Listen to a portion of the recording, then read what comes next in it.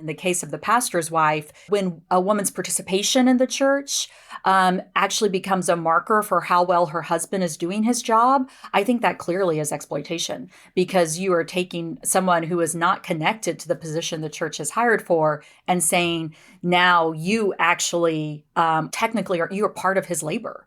And if you're not upholding your end, then it's going to reflect badly on your husband and you can get your husband fired. I think that's definitely a very clear marker of when it has become exploitation. I think what's terrifying about this is most churches don't realize they do it. They don't realize the expectations that they carry to the wives. And for example, interviewing wives of ministers is really common. That you won't hire a man until you interview his wife too.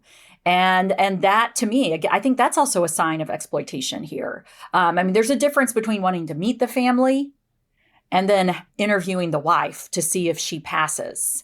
And I think if you're interviewing the wife to see if she passes, you're in the exploitation waters. I think spouses should support both of each other's jobs if they both are in a job. That's the expectation of being married. I think leaders in the church should model hospitality. But yet at the same time, when you take that turn where the expectation is for the wife to actually do, regardless of her gifting or calling, to do part of the ministry of her husband and to do the ministry of the church. This, I think, is the difference with this ministry role, is that the wife is literally expected to do the work of what her husband is doing.